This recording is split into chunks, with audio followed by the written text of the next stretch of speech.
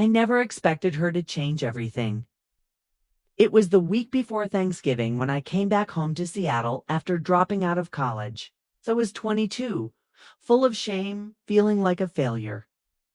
My dad, Richard Miller, was a respected architect, always composed, always in control. He had recently remarried a woman named Claire. I didn't care to ask much about her before.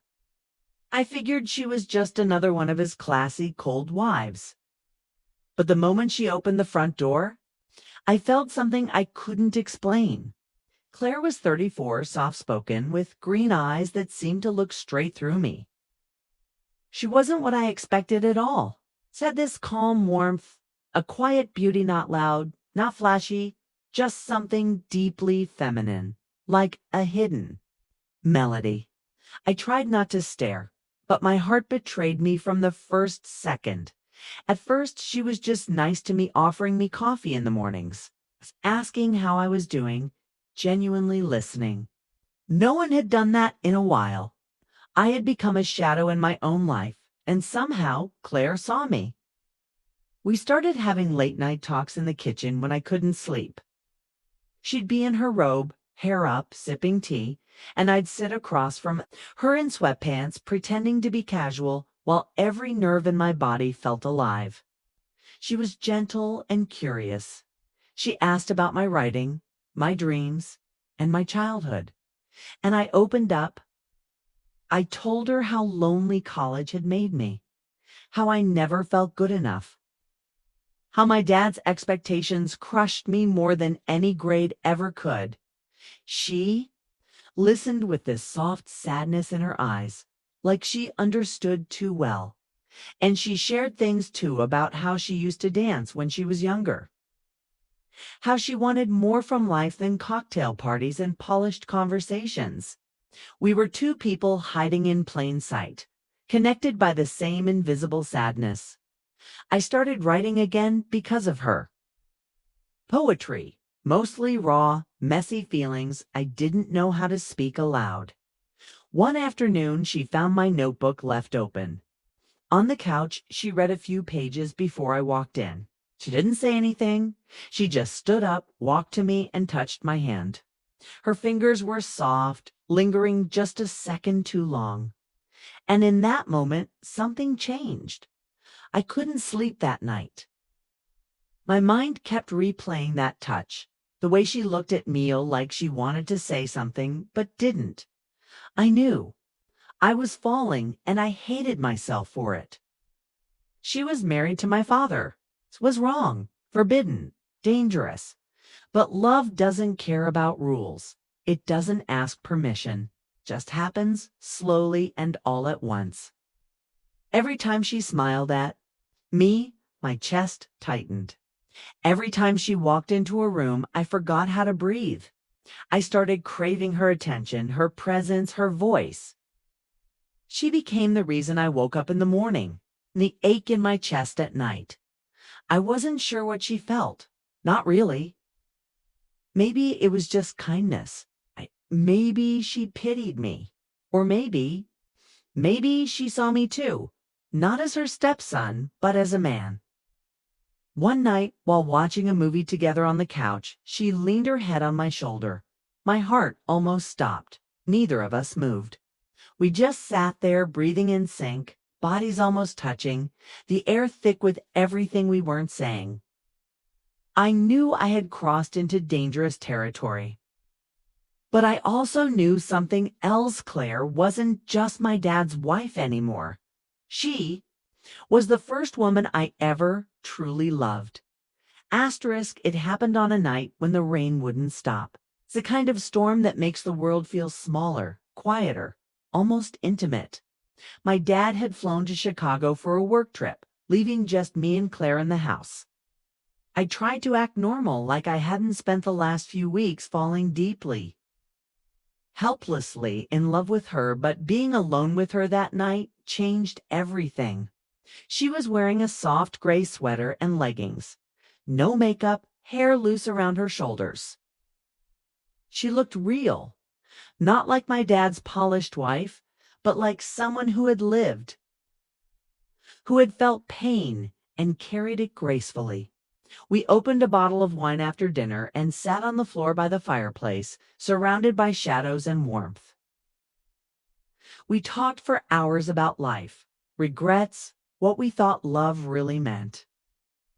I told her I felt like I had wasted so many years trying to be someone I wasn't. She told me she often wondered what would have happened if she had never married my father. Then there was this long silence. And then she said the words that stopped my heart. I wish I'd met you first. I didn't speak. I couldn't. My hands were trembling, not from fear, but from everything I was holding back. Then she looked at Mir, looked at me on. I saw it, the same hunger I'd buried deep inside. Her hand brushed mine, then stayed there. My fingers closed around hers without thinking. When she leaned in, our lips met like it was meant to happen all along. It was slow, desperate, and honest. It wasn't about lust, it was about loneliness, about two people who had been surviving life instead of living it. That night, we gave in to everything we'd tried to fight. I kissed every inch of her skin like I was writing poetry with my lips. She pulled me close like she was afraid to let go. We whispered things we never said out loud, promises we both knew we couldn't keep. The way she touched me wasn't just passion, it was pain. Okay, like she had needed someone to see her for years, and finally, someone did. We fell asleep, tangled in the sheets. Okay, her head on my chest, the storm still pounding outside. But in that bed, it was quiet, peaceful. I had never felt more alive, more connected to someone. For the first time in my life, I felt seen. I knew it was wrong. I knew what we were doing could destroy everything. But in that moment, it didn't feel like betrayal, it felt like truth. In the morning, reality came crashing in. She was distant, quiet, avoiding eye contact. She sat on the edge of the bed, wrapped in a blanket, and said it was a mistake, that it could never happen again. I didn't say anything. I just watched her get dressed, every part of me screaming to stop her, to say I love you. But I didn't. And yet a few days later, it happened again. And then again, it became our secret, our dangerous, beautiful secret.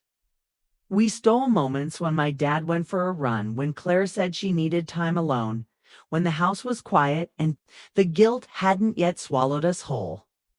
We lived two lives. In one, I was his son. In the other, I was hers. And every time we were together, the world faded away. But I could feel the weight of what we were doing slowly building. The tension between passion and consequence was like a wire stretched too tight, waiting to snap. I didn't know where this was going, but I knew one thing: I wasn't just in love with Claire anymore. I was addicted to her. It was around mid-January when I noticed something had changed.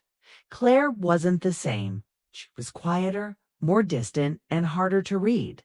She stopped texting me like before. Our stolen moments became less frequent, rushed, almost cold. I kept telling myself it was just guilt wearing her down. Maybe she was scared. I was scared too, but I still couldn't stay away. I loved her more than I'd ever loved anything in my life. I thought we were fighting the same battle, waiting for the right moment to break free together. But one afternoon, I found something that made my entire world spin.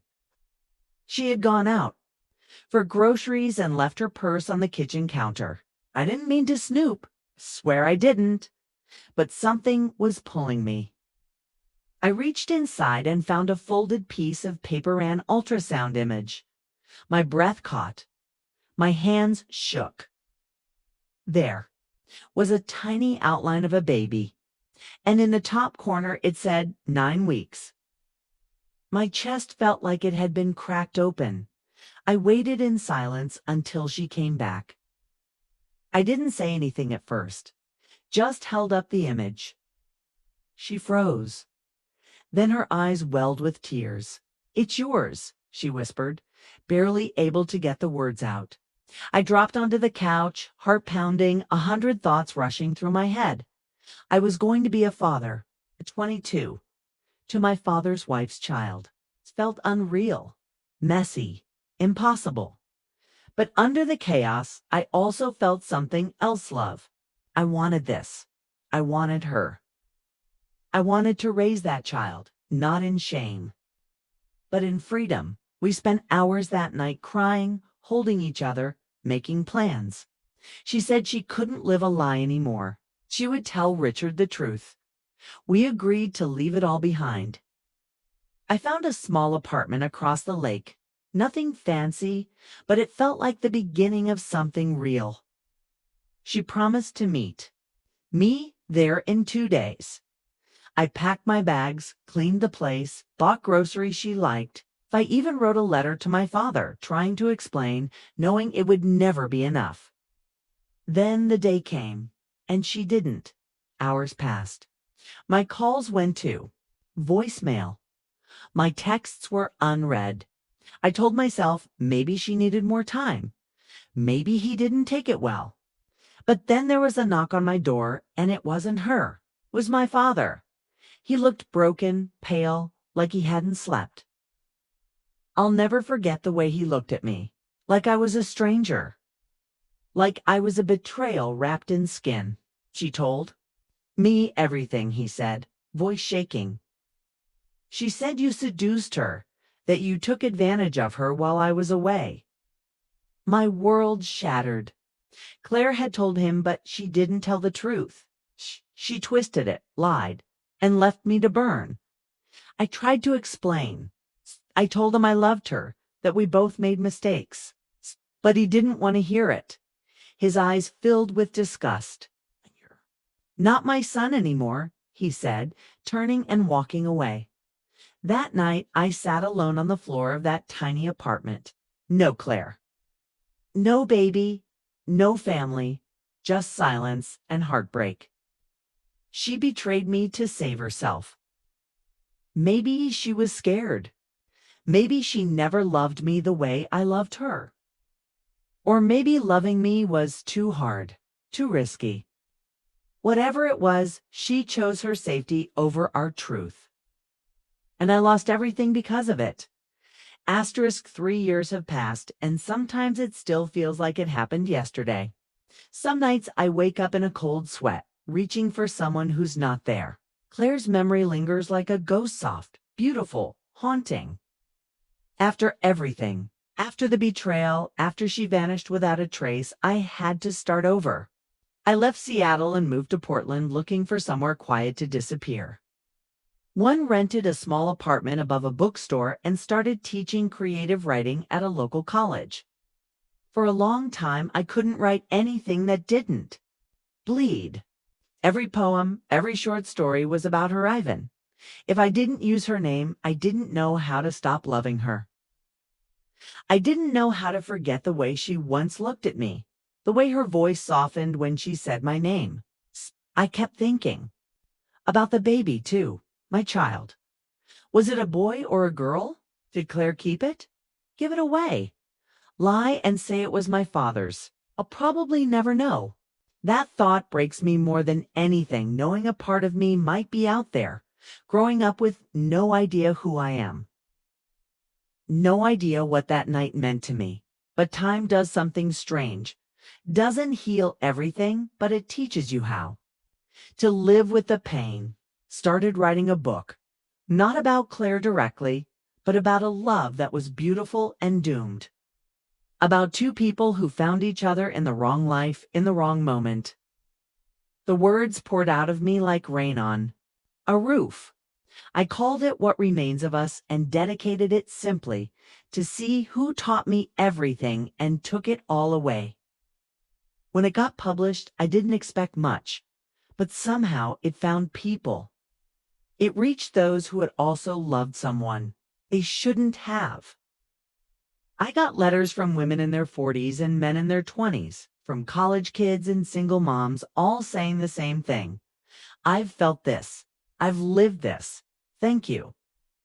That's when I realized I wasn't alone. Heartbreak isn't ret, just feels like it is when you're sitting in it. I don't hate Claire anymore. I used to. I used to curse her name, drink until I forgot her face, scream into the dark for answers I'd never get. But now I see her differently. She wasn't a villain. She was just human, flawed, afraid. Maybe she loved me the best way she knew how, and maybe that love wasn't strong enough to survive the truth. That doesn't mean it wasn't real. And as much as it hurt, as much as it broke me, I wouldn't erase it. Because that love messy, forbidden, dangerous it woke me up. It showed me what it means to truly feel something, to risk everything even when you know the ending might ruin you. Now, when I walk past couples on the street or see a mother holding her child, I don't think of what I lost. I think of what I survived. I may never love like that again. Or maybe I will someday. But if I do, I'll be different. Wiser, more careful with my heart, more honest with myself. And if Claire ever reads my book, if she ever walks into a bookstore and sees those words on a page, I hope she knows I loved her deeply, fiercely, maybe even too much, but I let her go. Because sometimes the hardest kind of love is the one you have to walk away from.